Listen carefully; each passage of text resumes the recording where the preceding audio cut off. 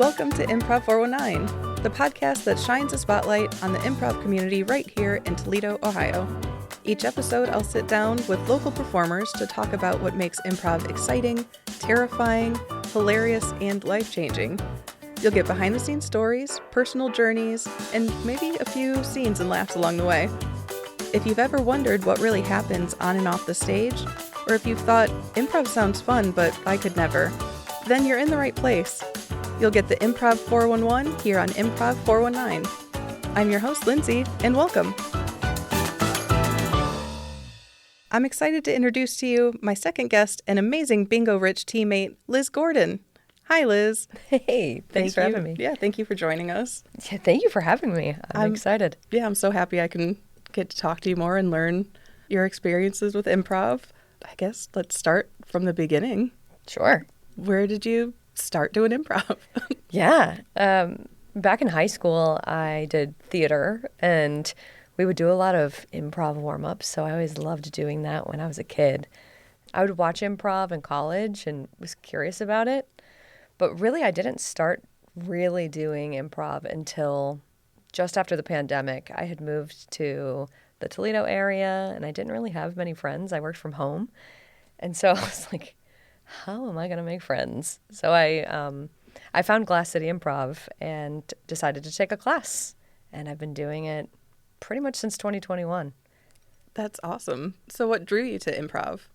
Well, in college, I remember going to shows. I lived in Ann Arbor. They had, at the University of Michigan, they had this show or this group called Comco, and it was a free comedy group, and I would go watch their shows, and I always thought it was a fun time to watch. And I thought it was kind of an interesting idea to just get on stage without a script. Mm-hmm. Kind of thrilling, really, to do. And really, the other motivator was to find friends. I can't emphasize this enough. And once I did start doing the classes back in 2021, I found such a cool community. All of my friends in this town have some sort of improv connection. They really make the best friends. Yeah, it's interesting, the people that flock to this art form. Yes. They seem to have the same, sensibilities or just silliness. Dare I say yes and yes type of vibes? I think that's clever. And yes, and they do. Do you find your theater acting coming into play?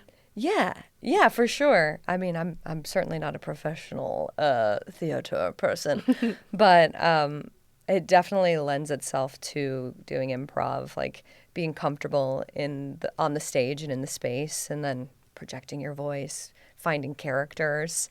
So I definitely lean on that background. I see that in your scenes, actually, a lot. I think your projection is really great. You're not afraid to go out and just start playing the biggest, yelliest character. Yeah, I do. I'm envious of that.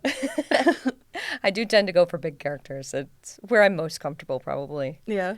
Do you feel that in your real life as well, or it's this is your escape on the stage to let that out? I think really when I'm on stage, I'm not me. It feels, or I'm not Liz. I'm this character. But I do think I am fairly theatrical just with how I talk often. That's really funny. I feel like I don't have that same skill set to be loud on stage. You know what's funny though? I think each person who does improv brings their own little flavor. Mm-hmm. And so when I watch your scenes, I'm always like, wow, she is so grounded and clever. I wish I could have this fast, witty talking, be very clever with what I'm about to say with a joke, or be 2 steps ahead of the joke. Well, thank you. Yeah. That's very nice. We're on a team together, Bingo we Rich. Are, yes. That's definitely worth mentioning. That's been very fun playing with you the last year. Yeah. Now I think it's been. Yeah, because it all started because we went through all the classes at Glass City. There's 3 levels and a sketch class. And I'd done the levels a couple times because I just wanted to keep doing improv. Yeah, you can't stop. Yeah, and we had some drop-ins where people would come and just meet up, and we'd do some practices, and we found that there was a group of us that just kept showing up to these drop-ins. So we're like, why don't we actually just make a team? And so now we meet regularly and do some shows here and there. Yeah. Get to practice once a week for the most part. Yeah. Yeah. It's a great creative outlet. Do you find that playing with new people, you learn from Oh, yeah. like their skill set too? Yeah. I think it's a good exercise because, well, on both sides, I really like getting to know deeply a group of people and getting to do improv with them because it's like I kind of know where we're going to go. I can read that person's body language better after I know them for a while. But there is something exciting about just getting on stage with a random person that you don't know and just like finding the game of the scene. Mm-hmm. It is kind of like the epitome of improv. Where Yeah. you don't know the person and you don't know what's going to happen next. We're just going up there and make we're it going to up. do it. Yeah.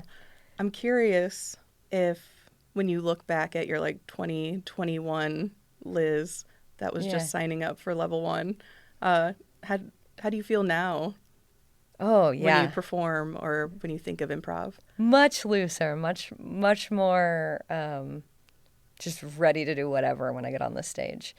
I find that like we're just playing pretend. Mm-hmm. I think I would get in my head a lot. I still get in my head a lot. But initially I'd get in my head and be like, oh gosh, am I going to say the funniest thing? But after a while I had to start telling myself, fun, not funny. Like just focus on having fun on stage and don't focus on trying to be funny because ultimately that's a recipe for disaster when you're trying to make the jokes. Yeah, I love that. Fun, not funny.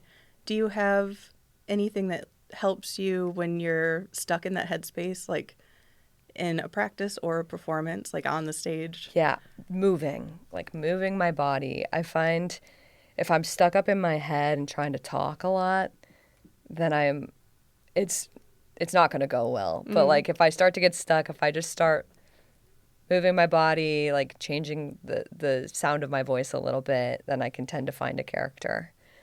I like that a lot. I'm taking mental notes for myself.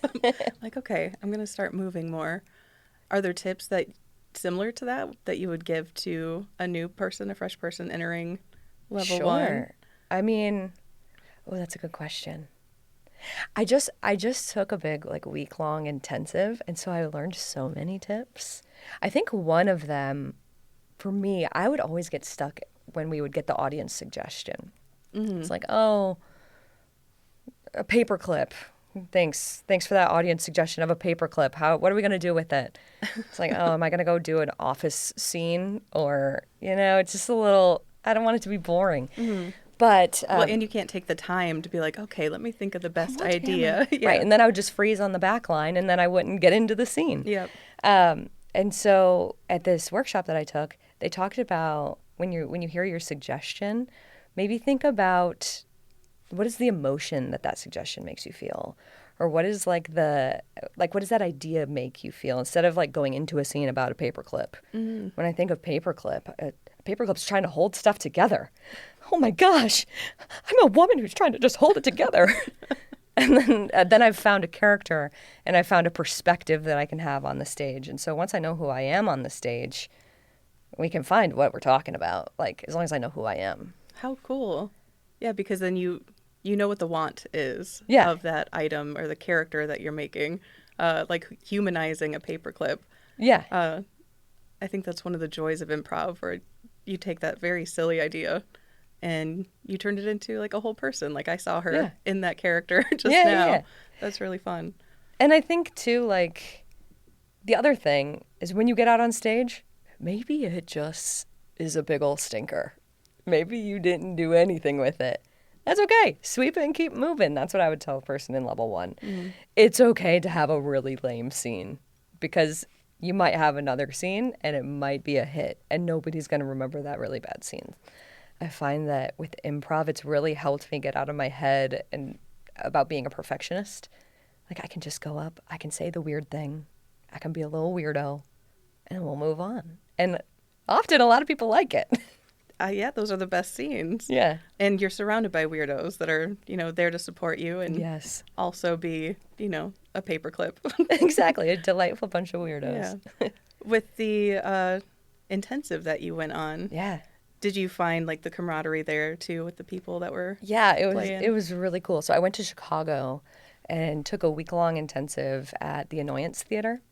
it was surprising. There was only actually 2 people from Chicago in the group. Oh, wow. There was 16 of us, and very international group. We had folks from Germany, from Switzerland, China, and then all over the U.S. And they did a great job of like getting us working together. By the end of it, we have a group chat that everybody's still texting in like weeks later. That's so sweet. Yeah. Improv really does build a community. Like, no matter where you're from, you just show up and now you're making friends. Literally, one of the women was like, I'm going to be sending you some sewing supplies.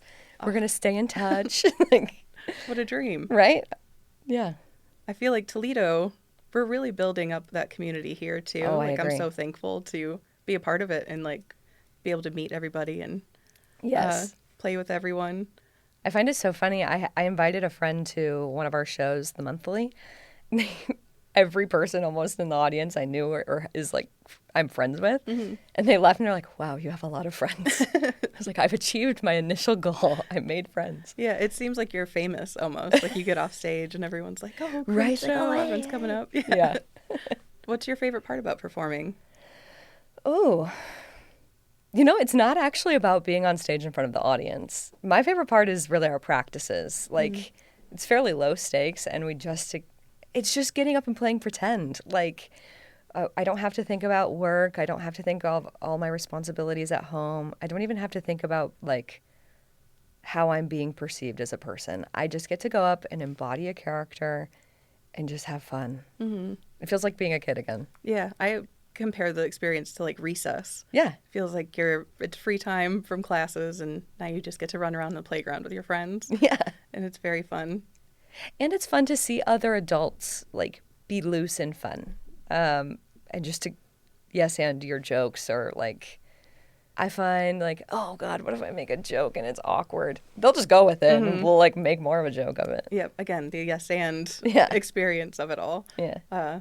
Escalate whatever the situation is. Are there people at work and stuff? Are you improv-y there now? Yeah, for sure. I mean, it lends itself in multiple ways because even if I'm not being silly goofy, I might have a meeting pop up that I need to present at. Like just this week I had one where I had to go meet with our senior director, and like it was the day before. I didn't have any time to prepare anything, but I was ready to be like, yep, okay, I feel good. Like I can go into this meeting, I can talk about the points that we need to, and I've gotten less in my head from those scenarios. That's an amazing skill to have. Yeah, I yeah. feel like, because, you're just ready to jump in. Yeah. And, I don't know, make it up as you go along. It's funny. I'm actually in a few sketches coming up where Glass City Improv is doing some shows, and having to memorize lines now, like that felt like the safe place before, but now I'm like, oh gosh, I have to memorize this and be prepared. Yeah, you have to like prepare months ahead of time. What? Yeah. I'm very excited for that show. Yes. How do you feel, because you're doing improv Yep. also. It's going to be several nights of sketches and improv here in Toledo. And you'll be on both sides of the things. Yes, I've got a sketch in the show, and I'm acting in a few other sketches. And then the next day, Bingo Rich is doing their thing. Yeah. And then I'm actually, for the first time, this is going to be new, my friend Sally and I, we're going to be doing a duo. That's so cool. I've never done a duo, which is funny, but so just the two of us are going to be up on stage for a long form set. And we're planning to do it around like a reality TV based theme. So stay tuned. I'm might very be good, excited. might not, I don't know. No, it'll be great. That's very exciting. Yeah. Have you and Sally performed on teams together? We took, like, she was in my first class, and we always just vibed. Like, we mirror each other really well. She does big energy well. So I'm really excited to just play with her on stage again, because it's probably been about a year since we've been doing improv together. Oh, wow. I'm really excited to see Yeah. that. Yeah. It's very fun. Did you write any sketches? I did. Yeah, I've got one called Tube Steaks and Potatoes. I remember. I remember Tube Steaks.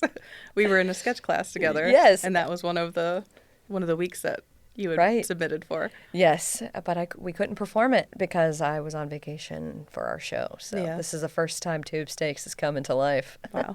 Very lucky audience. I know, yeah. And you're bootless. Yeah, right. Yeah.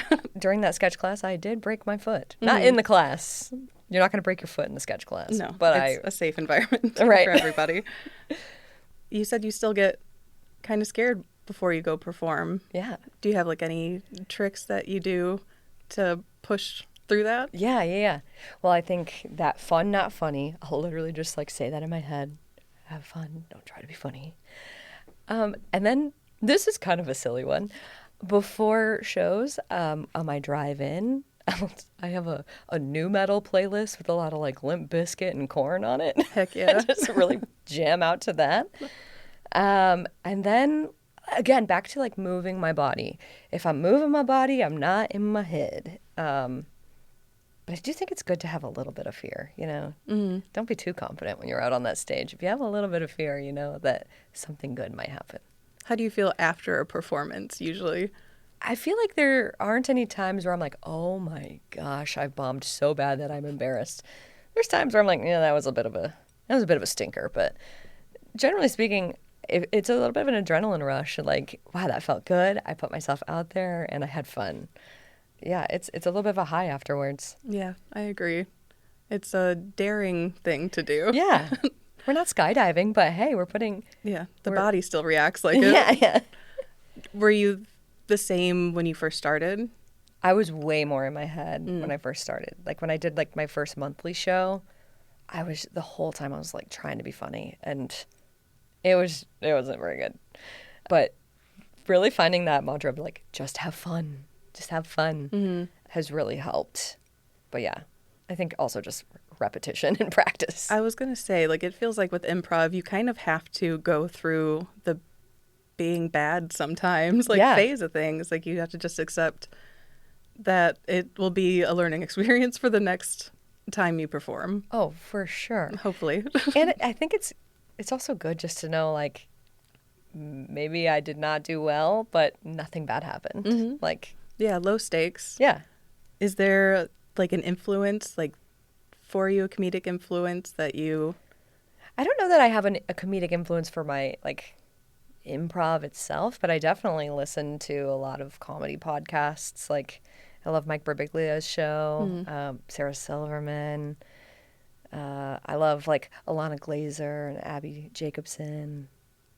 Yeah, I like a lot of people who play big characters. Yeah, they are really great. I love Sarah Silverman. Yeah. Is there a time when... Have you thought of doing, like, stand-up, too? Oh, God, no. No? No, I actually have no interest in doing stand-up whatsoever. Because here's my theory. With improv, the audience wants you to be good. They want to be in this experience with you, and we're having fun. I feel like with stand-up, you got to, like, earn the respect of the audience. And I don't want to be heckled. I just don't have that constitution. Yeah, it does seem like as soon as you walk out, they're like, I dare you to make me laugh. Yeah, like, okay, you think you're funny? Cool. Prove it. Yeah, stand-up seems really difficult. I plan to maybe speak to some stand-ups here, because, like, Nice, Emily Garrow, and she does a mix of both. I think Ocean Yes. also does both. Yeah. So they do overlap, but completely different worlds. Completely different worlds. Respect it, though. I definitely respect it. Yeah. Getting up there alone, just with your jokes. Yeah, and that's another thing, like having to prepare. Yes. You don't have to really prepare for improv. You can just show up. Yes. Like, you have to write full set for stand-up. And it's funny, like in high school, I was the kid who was so stressed about grades. I was like, everything had to be perfect. And now I'm like, I don't want to prepare for anything. I just want to show up. Do you think improv put you into that place, or... Yeah, I definitely feel like contribute it's to it? contributed to it. Yeah. Like, I like that I can just show up to something and feel ready. Like, even with an interview like this, like, I think past me would have, like, thought about what are some things that I want to say and how do I say it well, and maybe practiced it. But I don't know. I feel like it's more fun to come into it with an open mind. Yeah, it's freeing. Yeah. And then you don't overthink. I think that's kind of what improv teaches overall, is like, don't overthink it. Like, the first thing, just go with it. Yeah. and everything will be okay. Exactly. Some people do yoga. Some people meditate. We're doing improv to be in the moment. Make believe. Yes. Yeah. You said you don't invite anybody to shows. Can I bring that up? I don't have to. No, it's fine. It's funny. I talk about improv all the time. I love improv. I obviously went to Chicago for a week to take an intensive. I also don't. I feel like if you watch TV shows, a lot of people make fun of people who do improv. And I never want to be that person that's like, hey, come to my improv show. I'm going to be so funny. Because you never know if it's going to be funny or not. I always give a little disclaimer of, if you're coming, it might not be funny, but it's going to be a good time overall. Yeah, I say the same sentence to people. I'm like, I can't guarantee that this will be the best show you ever see. I'm like, but we're all going to have a great time. Right? Yeah. I don't know what that fear is. I was asking kind of for myself because I also don't invite anybody ever. Right. And now here we are on a microphone talking about announcing improv. that we love improv. Yeah. So friends, if you do come, just know it might not be funny. But Yeah. We love it so much, but there is a weird internalized shame I know. for doing it. Yeah. And you know what my theory is? Everybody who's writing these TV shows who make fun of improv, all of them did improv. So I think it's like a whole bit, you know? Yeah. I mean, we would make fun of improv more than anybody, I feel like. Yeah. But that could be like a psychological get ahead of the game Right. of the bullies or something. I think that's it. Yeah.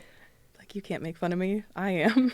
I already know. It's maybe a little lame, but it's fun. Have you been practicing for your duo coming up? We had a meeting and we talked. Actually, this might be a fun little thing to talk about. I learned during that workshop at Annoyance, we took a little section or an extra workshop that was about genre. So they have a genre show called Hitch Cocktails where they do an hour-long set that's in the theme of Hitchcock. And it's Hitch Cocktails because they also get drunk while doing it. But we learned about, when you're looking at these different genres, they have certain tropes that reoccur. So with reality TV, what are some common tropes? Can I pull you for a chat? Or, giving somebody a rose, or you know what I'm saying. Fooling around with the host. If it's a rom-com, they might be going to a Christmas tree farm. They might be a woman who is a hardened corporate woman, and she goes home and she finds a man to fall in love with, and she wants to stay in the small town. All of that to say, we were finding, what are the common tropes? Who are the common characters that show up in these shows? And then where are the common settings? And so when Sally and I were preparing, we were talking about reality TV and what were the tropes, the characters, and the settings. So that kind of helped us build out some infrastructure of characters or potential places we could take the show. But again, it'll all come down to what's the suggestion. What advice would you give people that are afraid to step into the improv performing world? The advice I'd give is just to do it, to challenge yourself, and to take a level 1 class, because nobody's going to be perfect when they first try improv. I certainly wasn't. I'm not perfect now, but the level 1 really opens people up, makes people really comfortable. We play a lot of short form games, and it's just a lot of fun. So even if you're afraid, that means you should probably try it. Push yourself, right? I agree 100%. I've got a couple people in life who always get a little curious about improv with me, and I'm like, just come take a class. Yeah. Or go see a show. That phrase, it's like dipping their toe into the pool. I'm like, no, just jump into it. Yeah. Don't be afraid of it. Right. Are you open to doing some improv now? Hey, let's give it a go. Like we said before, we'll see how this goes.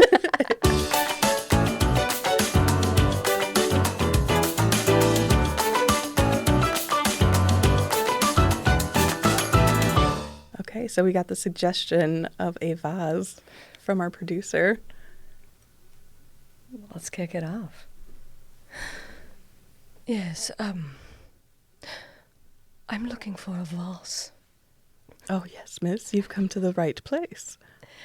This is Vase and More. Oh, my goodness, I have come to the right place. But I need a particular vase, you see. I don't know if I should tell you this, but my husband is dead. My condolences, Mom. Yeah. And I need to put him in the vase. Oh. Do you have any vases that would hold a semi-large man? I think we have quite an array of options for you, miss. Oh, please. Please follow Please me. explain them to me. All right, so as you can see on this shelf, we have quite a few obscure Yes. selections.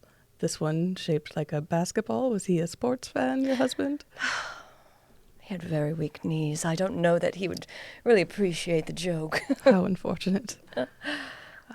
This one, a hammer? Was he a... I was always calling a Handyman? handyman. He never handled anything in the house.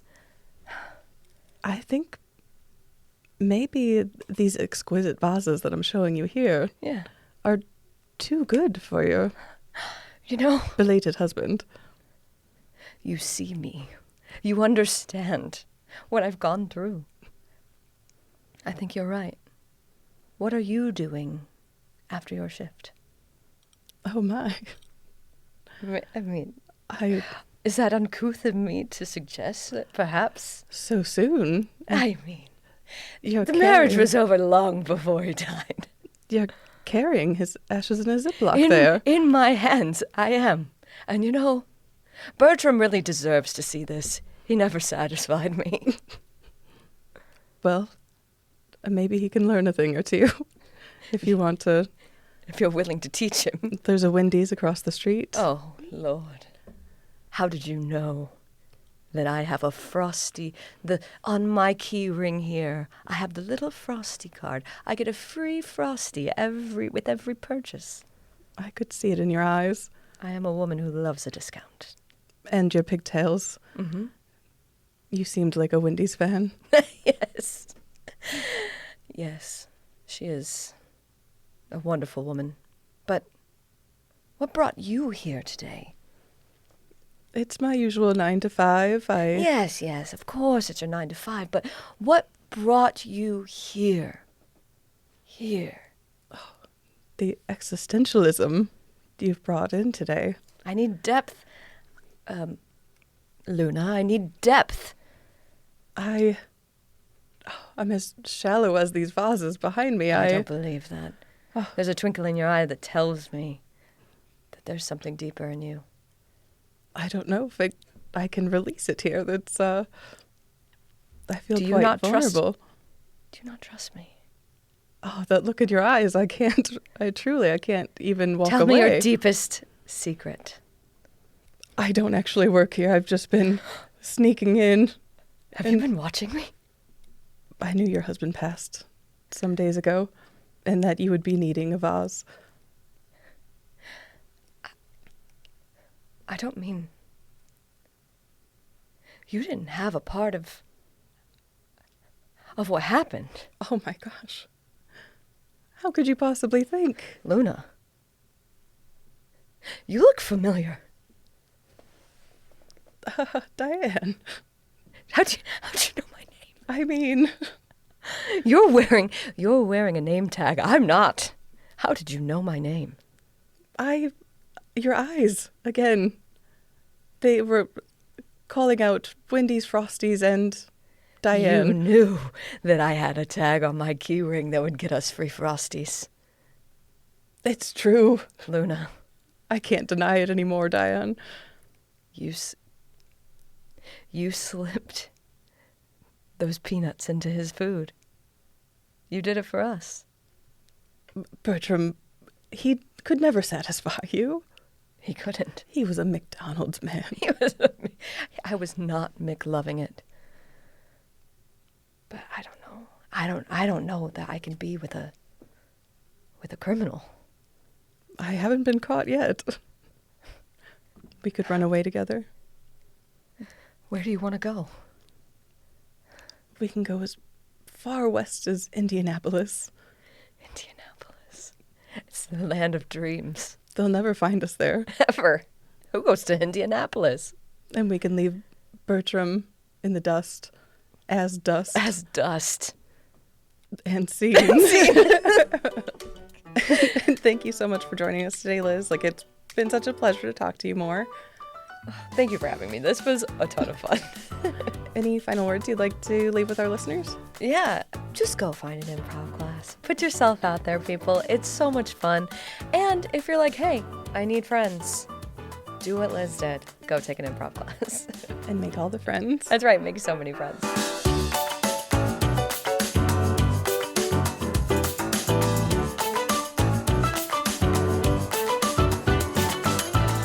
Thank you to WGTE, Voices Around Us, and our producer, Chris Pfeiffer, for making this podcast possible. And of course, thank you to today's guests for sharing their stories and their love of improv.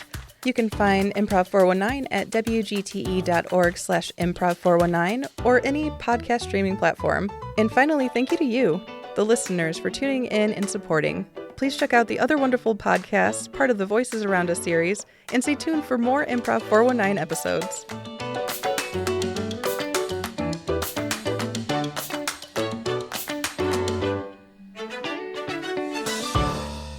WGTE.